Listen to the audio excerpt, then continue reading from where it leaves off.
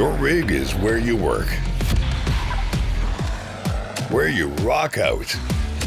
Your rig is your livelihood. So when that DPF light comes on, give your rig the respect it deserves. As for Road Warrior, stronger seals, better manufacturing, and it's made of metal that lasts. Less downtime and more miles on the road so you can haul longer. Respect the rig. Become a Road Warrior.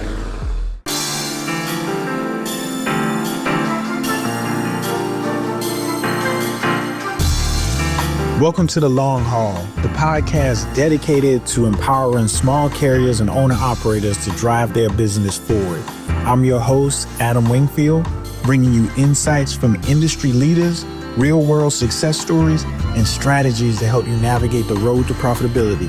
Whether you're just getting started or looking to take your fleet to the next level, this is a show where trucking meets opportunity. So buckle up, it's time to go the distance.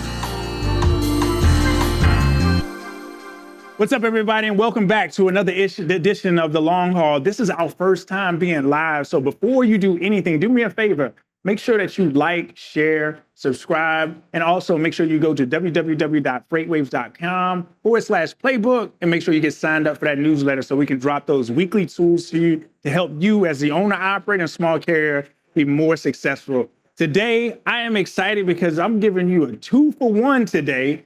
With my first guest, who's not a stranger to the podcast. Super excited to have a friend of Playbook, a friend of ours, to really come back and sit down and talk a little bit more and dive a little deeper into the maintenance side. Mr. Tyler Harden with TTN Solutions. Welcome back, Tyler. Thanks, Adam. So here in Chattanooga. Yeah. I heard you had a little interesting experience on the way in yesterday. Yes, we didn't quite land and decided to go back up. How do you did not quite land? Like you said, I didn't quite land, but you're sitting beside me. So yeah, well, so we did eventually land. Okay, so you landed at some point. But we came down at first, decided to come back up. Second tour of the beautiful little city of Chattanooga. So yeah, came back down.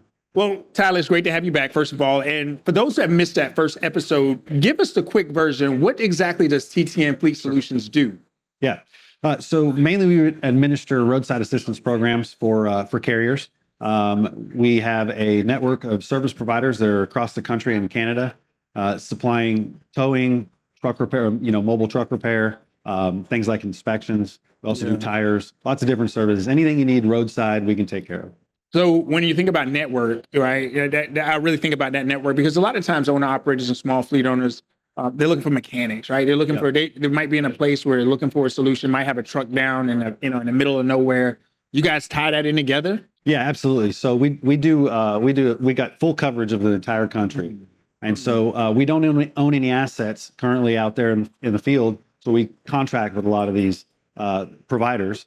And we hold them to, rates, and we hold them to insurance and things like that from the liability perspective. Wow. Making sure that you're getting a good service in the time you need it. Usually it's not in a good time. Breakdowns happen whenever they happen. Yeah. So when you think about that too, you mentioned standards, right? So you talk about like, hey, we hold them to race, we hold them to, is there a communication standard that you hold them to? There's a, because you think about that when breakdowns happen, man, I need to know when that tow truck's coming. Yeah. Well, the magic of our business is really the process, and we standardize a process for everything from the intake all the way to the completion. Yeah. Give you a full look at exactly what happens, and our providers are required to follow certain steps, and we hold them accountable to that process from start to finish. So when you think about we talked, man, it had to have been I don't know, maybe about 6 months ago. Yep. And to now, things move very, very quickly. I was just in the room talking to Clone Ops, and they launched their product in July, and they've already have scale of what that is. Yep. What has evolved in the fleet support side from your perspective since the last time we talked? Is there any major updates, anything?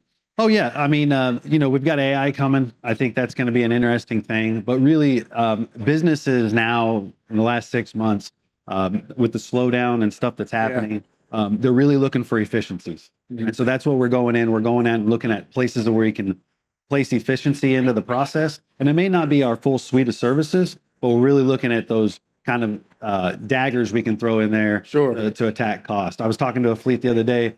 They're up almost a full cent per mile just in maintenance costs Jeez. right now. What do you think's driving that? Well, I think it has a lot to do. Deferred maintenance, I think, is probably, you've got, so if you defer the maintenance, now you've got a higher probability of breakdowns. Yeah. As we talked about a little bit. Yeah. And so I think that's got a thing to do with it as well. And just overall general trying to keep your truck a little longer. I think that average fleet age that's kind of stretching out a little bit. I saw truck sales are kind of down a little bit this year. So I think that all plays into it. Now, there was an article that was generated in terms of, you hear all kinds of shortages these days. There's and we don't have to go down that rabbit hole because that's a totally different rabbit hole. Yeah. There's labor shortages in every category. Specifically, we was talking about the labor shortage in the category of mechanics. Yeah. Do you see that in downtime? Is that something that you guys are measuring in terms of that? We haven't seen it translate to our downtime. We try to contract with providers that are in strategic locations. Yeah. And our providers are really, really good business operators. We try to partner with the best. And so their culture is different. Their hiring practices are different. And I think that you have a shortage when you don't have the right culture and you don't have the right hiring practices. That's when I think the shortage comes in. So do you anticipate over those next, 6-8 months, you talked about AI. Yep. And even here at F3, we can't walk anywhere without AI kind of being around us. Yep. What are some of those opportunities for TTN that maybe you can talk about, maybe you can't, that you have identified that said, hey, you know what? We'd like to get into this marketplace because we think that it would bring more value to our subscribers. And then most importantly, it bring more value to those guys that are out there every day that are unfortunately have to use the services. Yes, certainly. So I'll go kind of 2 tracks. The first track is going to be, we have been cloud-based since the start, since the inception, okay, for 14 years. So we've captured tons of data around breakdowns and everything that's in and out of them, the network, even on the fleet side as well, we capture that stuff. So I think there's a bigger play with some data structure and looking at some future stuff with that data set. And then more practical, we're taking AI pieces and looking at automation inside the process. And we've already kind of started with that a little bit. A simple one is summarizing notes into a quick read, basically, on this, so you can get acquainted with that order or what's going on with that truck just very quickly. Yeah. And it's amazing to see how far AI has come. And I know everybody's going to probably be tired of hearing about AI at some point, but AI continuously evolves and makes processes simpler. And I think when you get to the point of being able to have that AI component, especially when it comes to, hey, I need to get a roadside partner. I need you to go out and maybe an AI bot call in the actual roadside partner and getting the information and communicating it down to the owner operator. I think it's really important. Now, most importantly, when you talk about when a truck goes down, everybody feels it, whether it's the broker, whether it's the carrier, the shipper. There's going to be some aggravated people when it comes down to it. From your perspective, what's the real cost of downtime that most small fleets, which are really the ones that listen to this show, that they underestimate?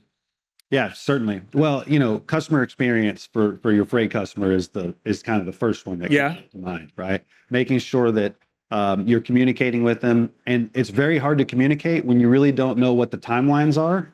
That's something that we try to solve, where we're communicating those timelines as you go through. We track ETA, ATAs, we track average time of completion, those types of things. It helps you make better business decisions when you have the data to be able to make it. And then the next thing is just in general safety. I think being on the side of the road and being stopped on the side of the road is a dangerous place to be. Absolutely. The most you can, if you can eliminate that or limit that time, that's going to be best for your health and best for your drivers and best for your fleet. TTN Solutions, from a perspective of being customer focused, your main customer is that driver behind the wheel. Absolutely. What happens when you have a partner that doesn't meet the expectation of that driver consistently and doesn't meet those communication standards? Does TTN pull that belt out, or what we do? Oh yeah, absolutely. So we our partners that we partner with on the network side, they know what our standards are, and if they act against those standards, we just remove them from the network. And we'll also go back to them if there's any concessions that are needed there. Driver experience really is everything. We work for some of the largest fleets in the country, but we always go driver first. Yeah. And if we feel like we can get that right, then we can get everything else right for sure. How are you able to balance that though, man? Just think about that. You guys partner with, and I know some of the fleets that you guys manage with. How are you able to manage those relationships? Because as a small carrier, I don't work the same way as you guys do. Like, I don't have those infrastructures in place. Yep. How do you make sure that you're delivering that customer experience to the small carrier, to the big carrier, everything in between with the same energy? Yeah. So it's all back to the basics, Adam. You know this. We talked about this in Playbook. Yeah. It's those structured basics, hitting those key points. And for us, it's our process. Yeah. We run our process. You can be a big fleet. You can be a small fleet. Our process is the same no matter what. Yeah. And we might be reporting to a fleet differently or having maybe 3 or 4 different layers of communication as far as approvals and hierarchies and different things like that. So the overall structure might be different. But at the end of the day, there's a driver that's stranded that we need to get help for, and our network supports that.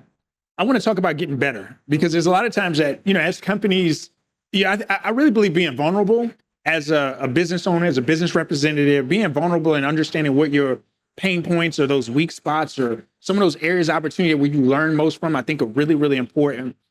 When I think about that, I want you to think about ways, share a real example where there was a decision where response time within your network either made or broke Oh, yeah. somebody's week. Yeah, absolutely. So we have learned over the last 14 years, not without failure. Right? Yeah. And so we look at those things and we are highly critical of different things. What could we have done better? Where are we at? I'm happy to report we have like a 98.5% success ratio. Okay. So less than 2% where there's any type of issue. Yeah. And only a few of those result in any type of monetary challenge. Yeah. And so we've just learned over the years in that adversity. But I'll tell you that we deal with weather. That's a big thing. Sure. Like so we installed something. We had an incident where a driver was cold. We installed that call and check and make sure that we're all right. We'll respond with authorities or whatever we need to do. Again, it goes back to that driver experience. Really, really honing in on that and making sure they're taken care of. Your model is built on connecting fleets with vendors very quickly and being able to, when people think about roadside assistance or think about anything where they don't see the things that happen behind the scenes. They just, hey, I'm in Reform, Alabama with, I'm in D-rate 5 miles an hour, can't move this truck. I need somebody out here pretty quickly because I got to, load ice cream on the back. People don't see that. How do you guys vet and manage that network to ensure quality? Is this something that's ongoing? Yeah. Is it, hey, as soon as you sign up, oh yeah, you check all the boxes, you're good, I'll see you next year? Is there a continuous learning, continuous quality assurance process in there? Yeah, absolutely. So we measure a lot. We have a quality score against those providers, much like a carrier and a brokerage, right? It's very similar to that. But we're looking for those best players, those best actors. And commonly, we'll go to these providers that are good. Yeah. And say, hey, we've got this hole in this area. Can you expand? What does that look like? Can you grow your business? And we've grown businesses several times over.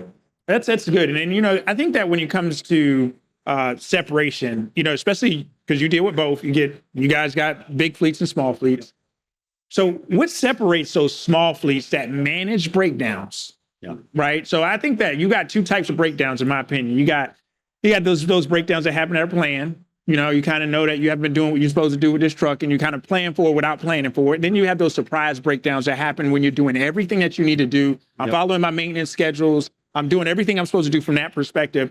What separates those small fleets? Because you guys see it all. What separates those small fleets that manage breakdowns from the ones that gets crushed by just, hey, you know what? I'm going to let this fly until it happens. Yeah, listen, you partner with us and we got you covered. That's the first one. That's the first plug I'll say. Shameless plug. Shameless plug. It's cool. But you got to have a plan. And if TTN's a part of that plan, that's great. If not, have a plan, understand where your routes are, understand the unexpected happens all the time. You could pick something up in the road. Now you've got a tire event happening. Did the tire knock out the taillight? There's a lot of things that you can do. So even if you do everything right, like we've talked about before, you do have to have that plan. So, planning ahead is everything. It's something that you mentioned on our last time that we sat down and talked that really still stands out with me. And you talked about how mega fleets or larger fleets, they plan for certain components to break down. Absolutely. It's like, hey, at 300,000 miles, we know that this is going to be happening because the last, 567 trucks had the same issues around that time. Small fleets don't have that data. Right. They don't have access to that. I run my truck or if I run my 4 trucks and that's all I have. And out of my 4 trucks, not all 4 of them even the same truck. I got a Volvo here, I got an International here, and I got 2 Freightliners. So how does a small fleet compete with that? Not even compete from a perspective of competition, Right. but how can a small fleet be able to leverage those same type of principles to have that extra, get that extra mile out their trucks? Yeah, certainly. Well, you got to know your fleet, and I think that's the biggest thing. And where a smaller carrier has an advantage over a larger carrier is the strict maintenance plan you can run. Really? So as a smaller carrier, you can have a much more strict plan. These larger carriers, we've seen them really defer maintenance a little longer, right? Now they know the risks, Right. and they're worth taking, like we talked about. But on a smaller carrier, you have an advantage if you can work that plan, make sure you hit your mileage intervals, make sure you're hitting your time intervals, making sure you're doing your inspections. And then the biggest thing is just knowing your vehicle and communicating with your drivers. If you have 1 or 3 to 4 or 5 drivers, communicate with them. Hey, how's the truck running? Yeah. Ask those questions. Be kind of curious as to what's going on. I think that will help a lot. You're not going to have the data analytics that a large fleet has. They're successful in some ways, but other ways they're not as successful as you could be in a smaller setting. So you said being more strict, Yeah. right? You could be strict about maintenance up here, but when it comes down to that thing in that back pocket, you might not be able to be as strict. Yeah. So how do you, you got to think things are tight. Yeah. How can the owner operator or a small fleet owner be able to make those decisions, but at the same time, I don't even want to say you got to pick your poison. At the same time, how do you, what do you think about that decision-making process? Pick your poison is probably a good thing to talk about. Okay, let's go I'm just for saying, it. because I'm an entrepreneur. I'm a family business owner, and so I've had to defer things. Friday comes around and we got payroll. Yeah. Okay. Yeah, talk Friday it. comes Talk that around talk. and Talk that talk. Yeah, you've got insurance payments. You've got all of these regulatory things that you have to do. Oh yeah, the truck's got maintenance, right? Yeah. And it's I love our industry, and I think it grows opportunity for everybody. And you got to make those tough decisions. But at the end of the day, from maintenance, in my perspective, I'm doing maintenance first so that I make sure that I'm there for the long haul. I like that. I like what you ended it off with, that long haul, being there for the long haul. That was important. Looking ahead, and this is one thing that I want you to be able to tell the audience, tell the listeners, what is that you're excited about as far as what you see on the forefront of what's happening within TTN? Again, it doesn't necessarily have to be something that you can't share, Right. but whatever you can share. Yeah. Those listeners right now, what are you excited about in terms of support? Yeah, so TTN's got a lot of cool initiatives happening. Probably the one thing I'm excited about most is we're partnering with major insurance carriers. Oh. And you can go buy truck insurance. They're specializing in the 1 to 10 truck category. And if you buy truck insurance, you can also get a rider for on-road maintenance. Wow. We're administering those programs. So not only can you buy the coverage for the maintenance, for the unexpected maintenance event, but you can also get a really world-renowned network behind it with TTN. Man, that is cool, man. That is cool. Tyler, man, it's always a pleasure having you on the long haul, man. And anytime you're in the studio, you always can stop by and have a chat. Every time you come through, we always walk away with something from a maintenance standpoint. And that gem that you left at the end, I saw an ad from Geico, though, that was showing up on my timeline that made me kind of wonder. But always appreciate those plugs, man. And thank you so much for stopping by the long haul and keeping the businesses rolling. Yep, thanks, Adam. I appreciate you, Tyler. Today's episode is brought to you by Trucking Hub. Now listen, if you're still bouncing between 5 different logins just to run your trucking business, you're already behind. Trucking Hub is built by a carrier for carriers, and it puts everything under one roof, whether it be dispatch, safety, maintenance, and even accountant and a driver app. Their dispatch runs on PC Miler and Copilot navigation, so the miles are right the first time. Now the ELD is FMCSA certified, tamper-proof, and trusted since 2017. And if you want to keep it all in one lane, you can even roll in company phones, texting, video, and fax backed by nationwide LTE. Bottom line, this is the kind of system that you spend less time hopping and more time hauling. Plans start at just $29 per truck, no contracts, no hidden fees, and you can try it for free for 30 days. Check them out at their website and get your time back. All right, well, we're going to keep it rolling.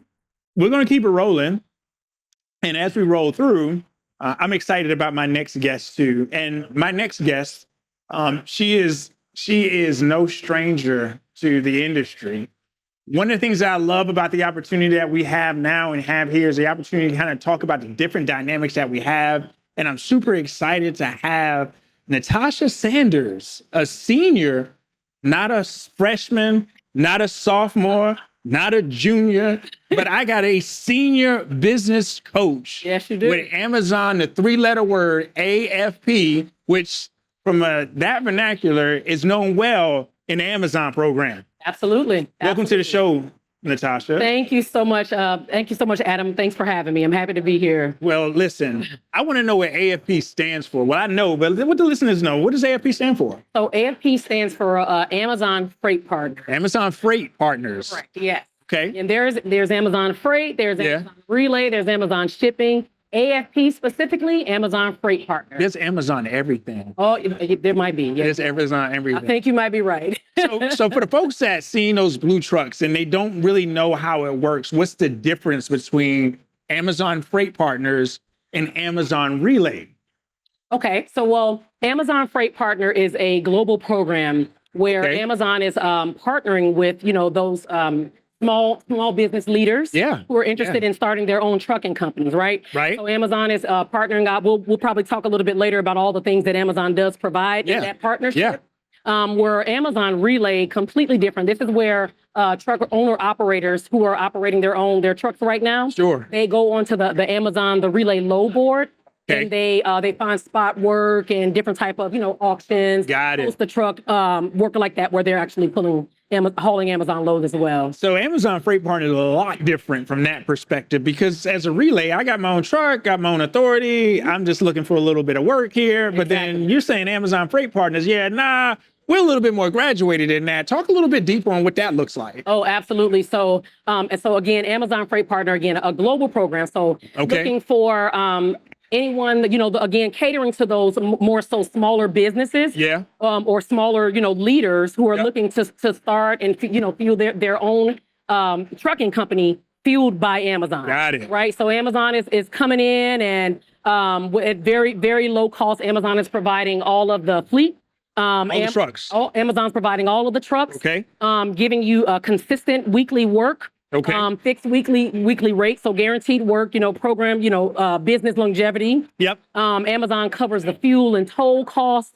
I mean, the list goes on and on and on, partnering with dedicated vendors where they have the opportunity to connect with value-added services. So a lot of the things that in the industry you find a little bit more difficult to kind of connect with or pull into yourself. Amazon is providing that for those interested. So the biggest difference from that perspective is if I go in a relay program, I'm an owner operator, I'm driving a truck, I'm handling all of that stuff, I'm buying the truck, and I'm navigating through the load board. Going through the Amazon Freight Partner program, it could be an investor.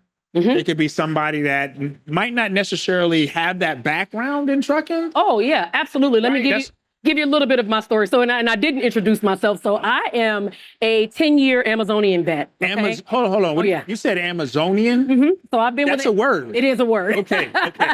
I've been with Amazon for 10 years. The first 7 years of my tenure was in human resources. Okay.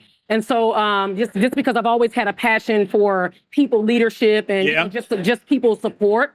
And so I transitioned into the AFP space, the Amazon Freight Partner space, about 3.5 years ago. And it was honestly a very easy transition because I had an opportunity to expand my own logistics network without losing that hands-on people leadership that I truly love, right? And so in that space, I actually support about 20 Amazon Freight Partners. Could be more, could be a little bit less. But as a senior business coach, I'm supporting these leaders through all facets of their business, right? And so we'll talk, like I said, a little bit more about what Amazon actually provides. But I wanted to give you an example to the question you just had. So I brought on, and I brought on meaning supported them through their business process, a young lady who was actually a nurse manager. Oh, wow. Zero trucking experience, okay? A nurse manager. Literally, she managed nurses. So she was no trucking background. No trucking background, no trucking experience at all. She's based in Atlanta. She's one of my top performing AFPs. Really? She has a fleet now of about 19, I want to say, trucks of her own, running a successful business. fueled by Amazon, and in partnership with AFP. So that's the thing. And, we talk about well, what are the different types of candidates that AFP is looking for? It could be the young man over there looking at me right now. No, seriously, but they're looking for those leaders who really have the grit and fit, who are really, ready to come and support their own business. Amazon does also provide a 12-week training program that we support you through in that effort. And that's incredible. And when I look at you as a business coach, it's not just you. There's business coaches for a variety of regions, right? Oh yes. So every business coach is designated to a specific region. Myself specifically, I support the Southeast. So I have all of Tennessee, all of Georgia, and all of North and South Carolina. So South Carolina, shout out. Busy lady. See, the reason why I asked about that is because that's important. Because when I think about when you send your kids to school, you want to put them in a classroom where it's like 50-to-1 teacher. Exactly. You want to have one where they can get that independent support. And because you're a business coach within that, if I got 19, 20 trucks, I want to make sure I can get a hold of Natasha when I need her. 100%. And that, honestly, that's one of the things that I think that sets Amazon Freight Partner apart in the industry, period, because you have a designated business coach. So I'm making sure that my partners are not missing out on updates, right? Things change like the weather, And so I'm making sure they are up to date from a compliance standpoint, safety standpoint, which is our number one priority. Put that out there. But so dedicated business coach, we're having those conversations on a pretty much daily basis. So when I think about the support side from the AFP program itself, as a coach, what are some of those offerings and some of those things that the person that comes into the AFP program can expect? Okay. From a business coach specifically? Correct. So for myself, when they come in day one, we are supporting them through the hiring and recruiting. Now I do want to clarify that, the drivers who drive for Amazon Freight Partners, they are employed by those specific companies. By the company that, company itself, right? Not Amazon. Not by Amazon, right? All right. I think that's, very important. It's essential to bring that out because that's right. It creates a cultural difference, right? I think it's basically the difference of you working for a small company versus a global corporation. So that expectation. But anyway, from a business coach perspective, we're supporting through recruiting. I mean, when I have my one-on-ones with partners, we're talking about their performance, their on-time delivery. Oh, absolutely. Their acceptance. We're talking about them into the principal's office? Oh, 100%. We're talking about their safety, everything A to Z. We want to make sure that they are doing what they need to do to remain successful in this program and to be the most profitable as well. Well, so you talked about the driver side and you hit on something that was really important because they're not Amazon employees. That's correct. They're working for local, in their area, small businesses that are partnered with Amazon. That's really key. How does that dynamic shape, when you think about shape of culture, how does that dynamic shape the culture and experience for your drivers? No, I think that's a really great question. So, okay, very, very different experience. I mean, so now these the drivers that are hired by our AFPs, they are W-2 employees. Okay. So there's hourly, they have the hourly rate. Right. They are receiving healthcare benefits. They're receiving PTO, right? Which is unlike the overall industry standard, right? And then there are also some partners, they go as far, because I mean, again, this is their business. They have the liberty to run it in the way that they choose to outside of those general standards. Some of our partners offer child care benefits, which, as you can imagine, 100%. Wow, that's which is needed, right? Especially for the women in the industry. Both. Yes, or both, of course. Child care benefits, the 401k and those health saving programs, as well as some mental health programs even. That's so important. I think it's very important, especially in this day and age, right? Another thing I wanted to kind of call out is that, hiring is going to look different, from one AFP to the next, because they're different companies, right? Hiring for the same mission, but they're different companies. So drivers, our AFPs, they hire based on a position. They're based on whatever, position they have that needs to be filled versus the industry standard of hiring per trip, right?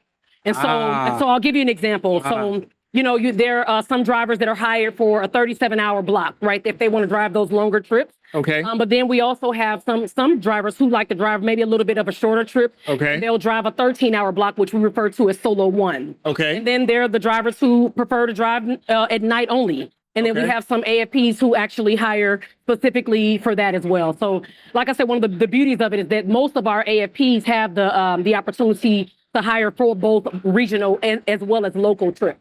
That's so cool. And just so everybody knows from a clarity standpoint, when I see an AFP truck goes down the highway, that truck's got Amazon branding on the side of it. When I see a relay truck go down the highway, it might be ABC Trucking on the side of it. So that's a big difference when it comes to it. Now, you talked about some of the key benefits, and I really appreciate you hitting on those key benefits because I think it's really important, especially when you talk about AFP partners, that sets them up differently than just going to a local job. Yep. Going to a food service provider or just a general local job. Those benefits are important from a driver perspective. 100%. You hit one that really, really, well, you hit a couple of them, but the mental health thing is so important. I just want to just say that's dope. No, I agree 100%. And again, like I said, I think it absolutely sets AFP partners apart just from overall industry standards in general. So, no, I think you're right. Now, now, correct me if I'm wrong. There was when you talk about pay within it, you mentioned something about weekly fixed rates. Is that something? Is that a true model?